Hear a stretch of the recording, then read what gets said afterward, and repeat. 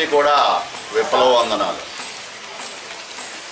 ఈ రోజున గ్రామాలలో మలేరియా, డెంగ్యూ, చికున్గునియా వ్యాధులతో గ్రామాలు వణికిపోతూ ఉన్నాయి. ఇక టైఫాయిడ్, కామెర్లు, అతిసార వ్యాధులు ఇవన్నీ కూడా సర్వసాధారణం అయిపోయినాయి. కారణం గ్రామాలలో అశుభ్రత, పరిశుభ్రమైన నీరు లేకపోవడం, బహిరంగ మూత్ర విసర్జన, మల విసర్జన, ఇవన్నిటి వలన కూడా ఈ అంటు రోగాలన్నీ వస్తూ ఉన్నాయి. గ్రామ ప్రజలు పేదరికం వలన కనీస వైద్యం కూడా చేయించుకోలేకపోతున్నారు. ప్రభుత్వ పరంగా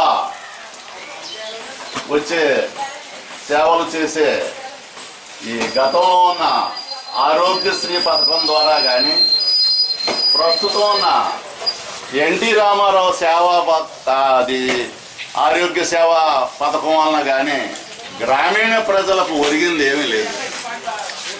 వీళ్ళందరికీ, గ్రామీణ ప్రజలు, పేద ప్రజలందరికీ కూడా ఈ అంటువ్యాధులతో పాటు సమీకృత ఆహారం లేకపోవడం వలన వచ్చే వ్యాధులు కూడా ఎక్కువగా వస్తూ ఉన్నాయి. ఈ గ్రామాల్లో ఇటువంటి వ్యాధులతో బాధపడుతున్న ప్రభుత్వం ఏం జోక్యం చేసుకోవటం లేదు. మన గ్రామాలలో ఈ పరిస్థితి ఇలా ఉంది. ఇక కమ్యూనిస్ట్ దేశాల్లో, చైనా, క్యూబా లాంటి దేశాల్లో ప్రజలంతా కూడా ఆరోగ్యంతో ఉన్నారు. అక్కడ ఆకలి చావులు లేవు, అంటువ్యాధులు లేవు.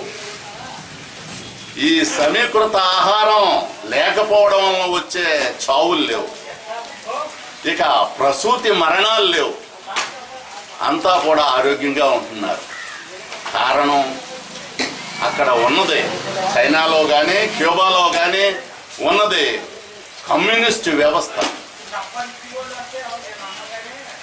సోషలిస్టిక్ వ్యవస్థ. అందుచేత ఆ ప్రభుత్వాలు తిండి, బట్ట, గృహ వసతి, విద్య, ఉపాధి ఇవన్నీ కూడా కల్పించడమే కాకుండా ప్రజలందరికీ కూడా ఉచితంగా నాణ్యమైన వైద్యం ప్రభుత్వం ఖర్చుతోటే పూర్తిగా చేయిస్తూ ఉన్నారు. మన పరిస్థితులు మారాలంటే ఏం చేయాలి? ఇటువంటి పరిస్థితులు మనల్ని ఏలుతున్న ఈ బూర్జువా ప్రజాస్వామ్యంలో, ఈ బూటకపు ప్రజాస్వామ్యంలో మనకేమీ జరగవని మనకు తేటతెల్లం అయిపోయింది. అందుచేత మనం అంతా కూడా ఆలోచించాలి, ఆలోచించడానికి సాహసించాలి. దేనికోసం? అటువంటి సోషలిస్టిక్ వ్యవస్థ కోసం, దోపిడీ లేని సమాజ వ్యవస్థ కోసం మనం అంతా కూడా ఆలోచించడానికి సాహసించాలి. ఇటువంటి వ్యవస్థ కోసం కామ్రేడ్ చారు మజుందార్ భారతదేశ విముక్తి కోసం ఒక చారు బాటను ఆయన మన భారత ప్రభుత్వానికి, మన భారత ప్రజలకు సూచించడం జరిగింది.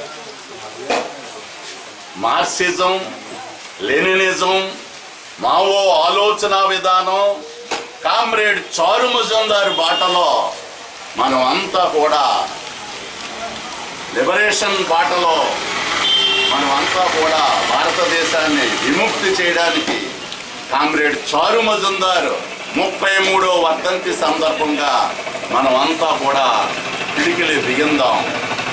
ప్రజలందరికీ కూడా విప్లవ వందనాలు.